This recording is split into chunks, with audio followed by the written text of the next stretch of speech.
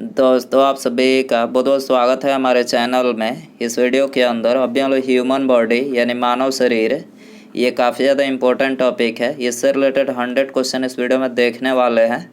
Video पसंद आए video को लाइक करें, अपने दोस्तों में शेयर कर सकते हैं। चैनल पर नया सब्सक्राइब करके बेल आइकन प्रेस करें।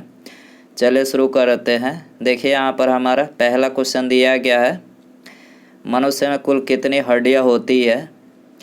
तो देखिए करेक्ट आंसर बी हो जाएगा। मनुष्य में कुल 206 हड्डियाँ होती है, आपको याद रखना है। आगे बढ़ते हैं। दूसरा क्वेश्चन दिया गया है, नवजात शिशुओं में हड्डियों की संख्या लगभग कितनी होती है। तो देखिए नवजात जो शिशु होते हैं उनमें हड्डियों की संख्या लगभग 300 होती है। कितनी होती है? लगभग में 300 होती है। ऑप्शन सी यहाँ पर करेक्ट हो जाएगा।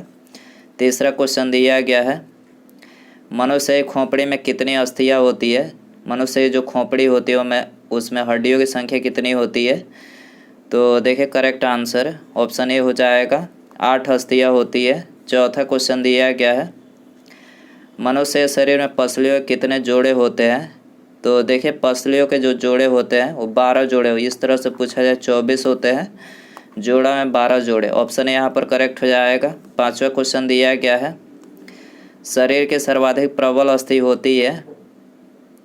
तो देखिए करेक्ट आंसर बी हो जाएगा। जबड़े की जो अस्थि होती है ये शरीर की सर्वाधिक प्रबल अस्थि होती है। छठा क्वेश्चन दिया गया है, मानव शरीर की सबसे छोटी हड्डी है। तो देखिए मानव शरीर की जो सबसे छोटी हड्डी है वो है स्टेपिस, जो कि कान में पाई जाती है। और मानव शरीर की सबसे बड़ी हड्डी पूछा जाए तो फीमर होती है, जो कि जांघ में पाई जाती है। आपको याद रखना है। सी यहाँ पर करेक्ट हो जाएगा। मानव शरीर की सबसे लंबी हड्डी है। तो देखिए लंबी हड्डी फीमर बता ही चुके हैं, फीमर जो कि जांघ की हड्डी होती है।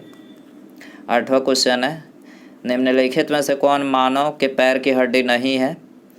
तो देखिए करेक्ट आंसर बी हो जाएगा। ह्यूमरस जो है ये मानव के पैर की हड्डी नहीं है। बाकी तीनों टिबिया, फीबर और फिबुला तीनों जो है ये मानव के पैर की हड्डी है। ह्यूमरस अस्थि कहाँ पाई जाती है? ह्यूमरस अस्थि, तो देखिए करेक्ट आंसर सी हो जाएगा, ऊपरी भुजा की हड्डी। ह्यूमरस अस्थि कहाँ पाई जाती है? ऊपरी भुजा में। ठीक है। मनुष्य शरीर में पैरों की हड्डी,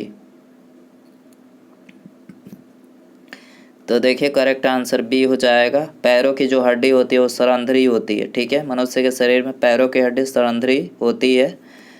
टीबिया नामक हड्डी किस में पाई जाती है? टीबिया नामक जो हड्डी होती है वो किस में पाई जाती है?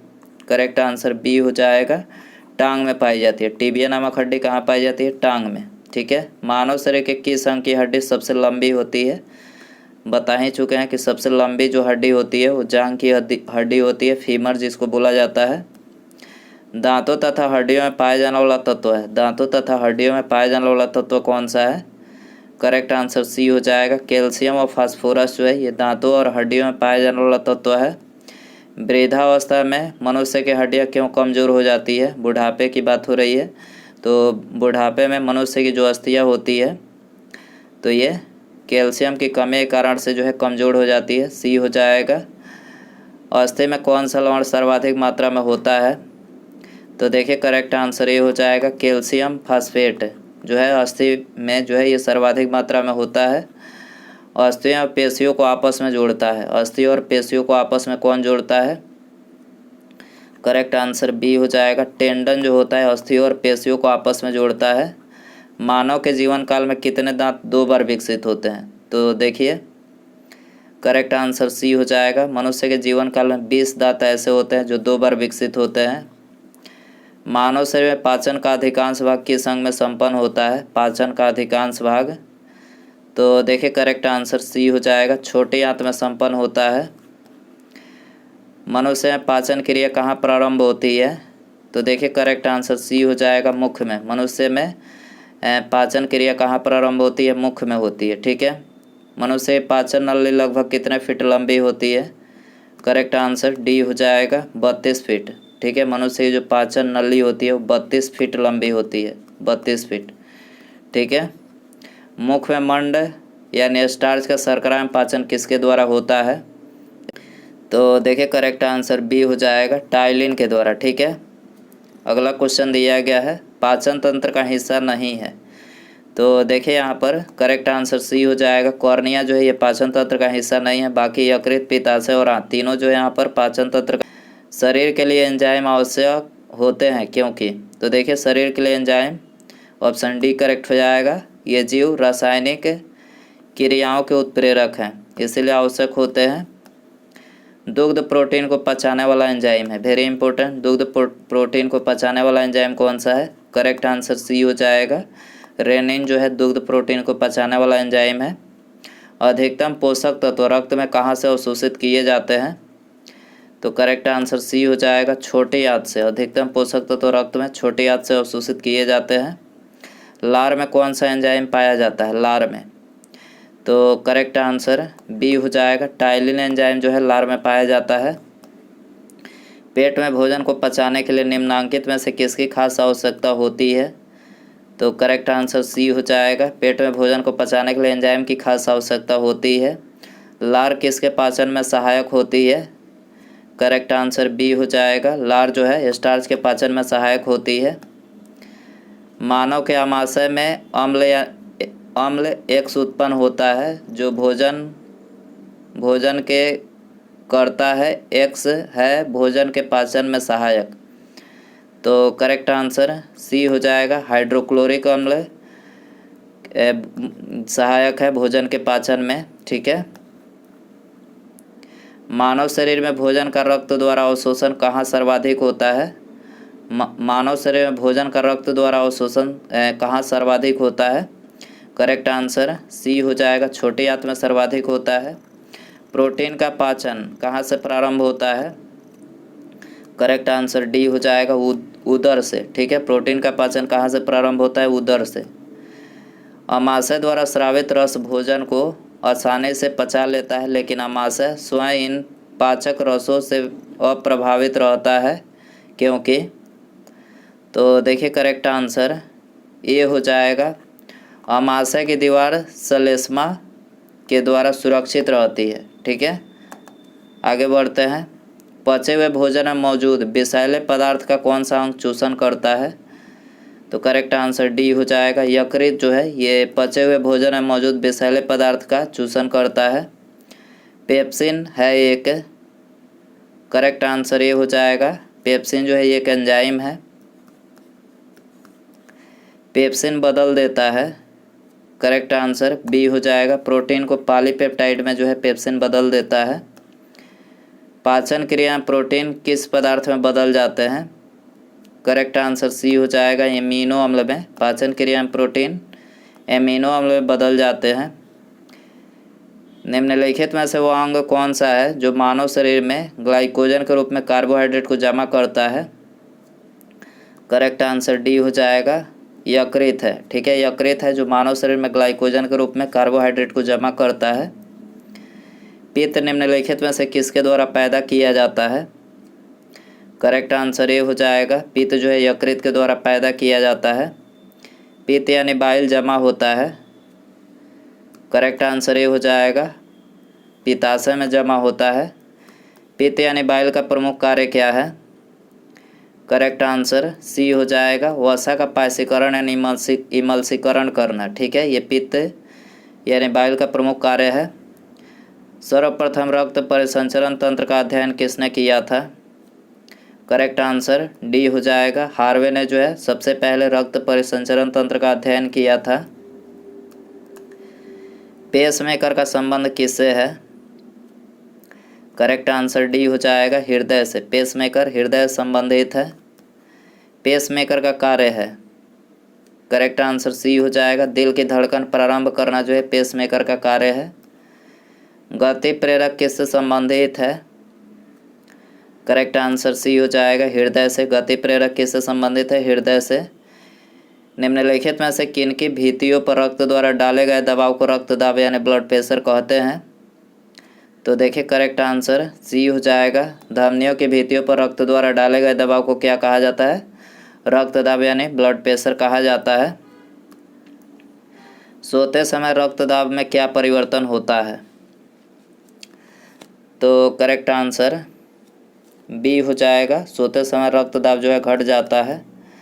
रुधिर दबाव यानी ब्लड प्रेशर मापक यंत्र है, तो देखिए ब्लड प्रेशर जो है किसके द्वारा मापा जाता है, स्फिग्नोमैनोमीटर के द्वारा। याद रखना स्फिग्नोमैनोमीटर। जार्विक 7 है, तो देखिए जार्विक 7 जो है ये कृत्रिम हृदय, क्या है, कृत्रिम हृदय। लवडव ध्वनि किसकी क्रिया के कारण उत्पन्न होती है, करेक्ट आंसर सी हो जाएगा, हृदय क्रिया के कारण से जो है उत्पन्न होती है। मनुष्य शरीर में हृदय को एक बार धड़कने के लिए कितना समय लगता है, 0.8 सेकंड। मनुष्य शरीर में हृदय को एक बार धड़कने में 0.8 सेकंड। स्वस्थ मनुष्य में प्रति मिनट हृदय स्पंदन होता है, तो करेक्ट आंसर सी हो जाएगा, प्रति मिनट जो है 72 बार होता है। मानव हृदय में कितने कोष्ठक होते हैं, करेक्ट आंसर सी हो जाएगा, मनुष्य के हृदय में 4 कोष्ठक होते हैं। नाड़ी दर कहाँ से मापा जाता है, करेक्ट आंसर बी हो जाएगा, धमनी से। नाड़ी दर कहाँ से मापा जाता है, धमनी से। एक किशोरवय मनुष्य में सामान्य रक्तदाब कितना होता है, करेक्ट आंसर ए हो जाएगा, 120/80 होता है एक किशोरवय मनुष्य में सामान्य रक्तदाब। दौड़ते समय दौड़ लगाते समय मनुष्य का रक्तचाप, करेक्ट आंसर ये बढ़ जाता है। दौड़ लगाते समय मनुष्य का रक्तचाप बढ़ जाता है।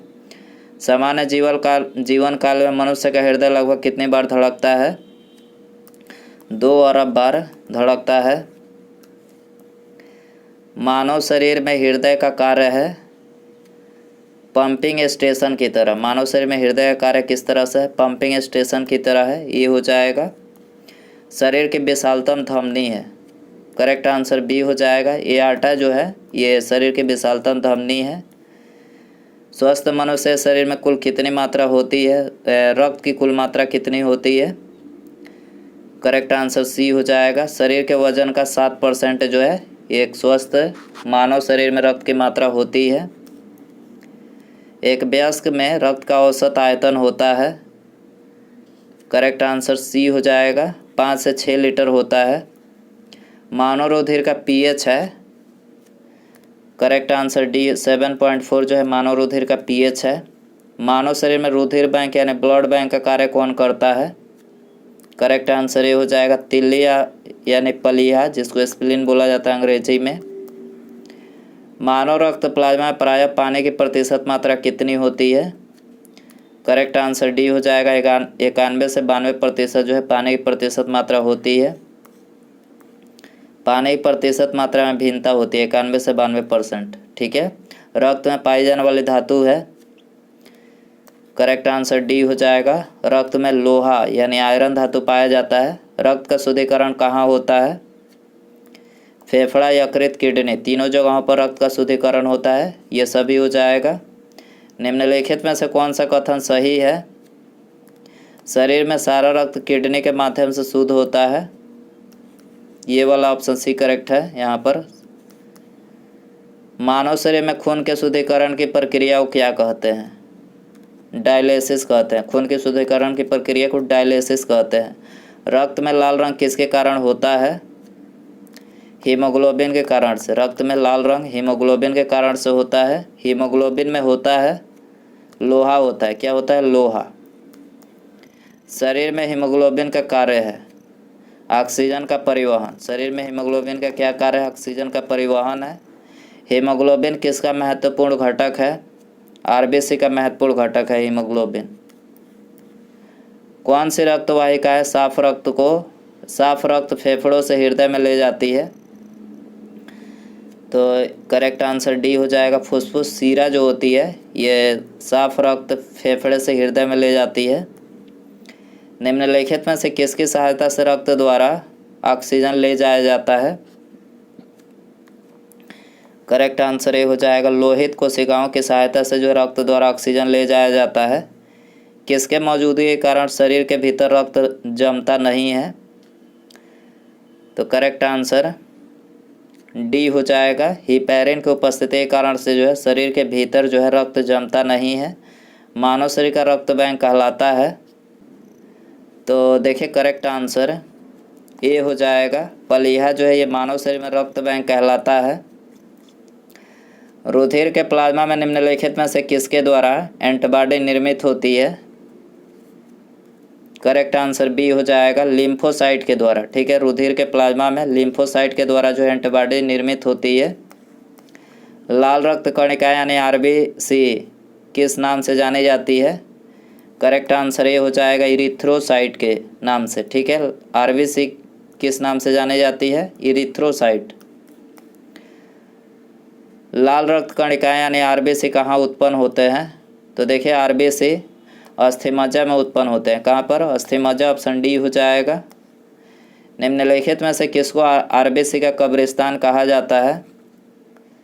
तो आरबीसी का कब्रिस्तान जो है पलिहा को कहा जाता है, पलिहा। मनुष्य की लाल रक्त कोशिकाओं का जीवन काल कितना होता है? तो आरबीसी का जीवन काल 120 दिन का होता है। डब्ल्यूबीसी का पूछा जाए तो 1 से 4 दिन का, 1 से 4 दिन का डब्ल्यूबीसी का होता है। मानव शरीर में लाल रक्त कण का निर्माण कहाँ होता है? अस्थिमज्जा में होता है। आरबीसी का निर्माण कहाँ होता है? अस्थिमज्जा। लाल रुधिर कणिकाओं का उत्पन्न निम्नलिखित में से किसके द्वारा होता है? अस्थिमज्जा के द्वारा होता है। उच्च उनतास पर मानव शरीर में आरबीसी, तो आरबीसी की संख्या बढ़ेगी उच्च उनतास पर। ठीक है, सफ़ेद रक्त कण यानी डब्ल्यूबीसी का मुख्य कार्य है, डब्ल्यूबीसी का मुख्य कार्य है रोग प्रतिरोधक क्षमता धारण करना। ठीक है, मनुष्य के रक्त में श्वेत रक्त कणिकाओं की कौन सी किस्म अधिक होती है? तो आरबीसी की किस्म जो अधिक होती है न्यूट्रोफिल्स, डी हो जाएगा। जब कोई बाहरी पदार्थ मानव रुधिर प्रणाली में प्रविष्ट होता है तो प्रतिक्रिया कौन प्रारंभ करता है? डब्ल्यूबीसी प्रारंभ करता है, डब्ल्यूबीसी, बी हो जाएगा। रक्त समूह यानी ब्लड ग्रुप की खोज करता है। करेक्ट आंसर ये हो जाएगा, लैंड स्टीनर जो है ब्लड ग्रुप की खोज करता है। आरएच फैक्टर का पता लगाया लैंड स्टीनर तथा बियनर ने। ठीक है, किस रुधिर वर्ग में एंटीबॉडी नहीं पाई जाती है? ए बी रुधिर वर्ग में जो है एंटीबॉडी नहीं पाई जाती है। किस रुधिर वर्ग में दोनों एंटीबॉडी पाई जाती है? वो रुधिर वर्ग में जो है दोनों एंटीबॉडी पाई जाती है। किस रुधिर वर्ग में कोई एंटीजन नहीं पाया जाता है? करेक्ट आंसर डी हो जाएगा, वो रुधिर वर्ग में जो है कोई एंटीजन नहीं पाया जाता है। एंटीजन प्रतिजन एक ऐसा पदार्थ है जो प्रतिरक्षी के निर्माण को बढ़ावा देता है। ठीक है, प्रतिरक्षी के निर्माण को, सी हो जाएगा। एंटीबॉडी का मुख्य कार्य किसके विरुद्ध होता है? संक्रमण के विरुद्ध होता है। एंटीबॉडी का मुख्य कार्य किसके विरुद्ध होता है? संक्रमण के विरुद्ध। आरएच फैक्टर का नाम किससे संबंधित है? तो आरएच फैक्टर बंदर से संबंधित है। आरएच तत्व के अनुसार कौन सी जोड़ी विवाह के लिए उपयुक्त नहीं है? तो करेक्ट आंसर ए हो जाएगा, आरएच प्लस पुरुष तथा आरएच माइनस जो है ये विवाह के लिए जोड़ी उपयुक्त नहीं है। संतानों की भ्रूणीय अवस्था में माता के गर्भाशय के अंदर ही रक्त का थक्का बनने से मृत्यु हो जाती है। इस रोग को इरिथ्रोब्लास्टोसिस फीटलिस कहा जाता है। इसका कारण है, तो देखिए इसका जो कारण है वो है पिता का आरएच प्लस तथा माता का आरएच माइनस। निम्नलिखित में से कौन सा ब्लड ग्रुप सर्वव्यापक ग्राह्यता रखता है? सर्वव्यापक ग्राह्यता रखता है तो ये है ए बी रक्त समूह। ठीक है, ए बी रक्त वर्ग वाले व्यक्ति को सार्वत्रिक दाता कहा जाता है क्योंकि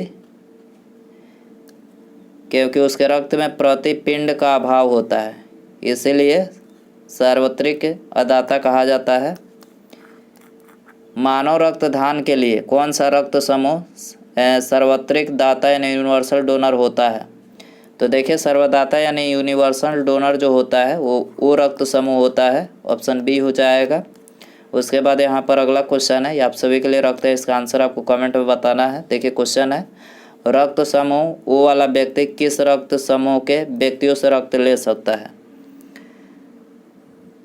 वो रक्त समूह वाला जो व्यक्ति होता है वो किस ब्लड ग्रुप वाले व्यक्तियों से रक्त ले सकता है? इसका आंसर आपको कमेंट में बताना है। और वीडियो पसंद आया हो तो प्लीज़ वीडियो को लाइक कर दें, अपने दोस्तों में शेयर कर सकते हैं। चैनल पर नया है सब्सक्राइब करके बेल आइकन प्रेस करें। ठीक है, मिलते हैं अगले वीडियो में। नमस्कार, जय हिंद, जय भारत।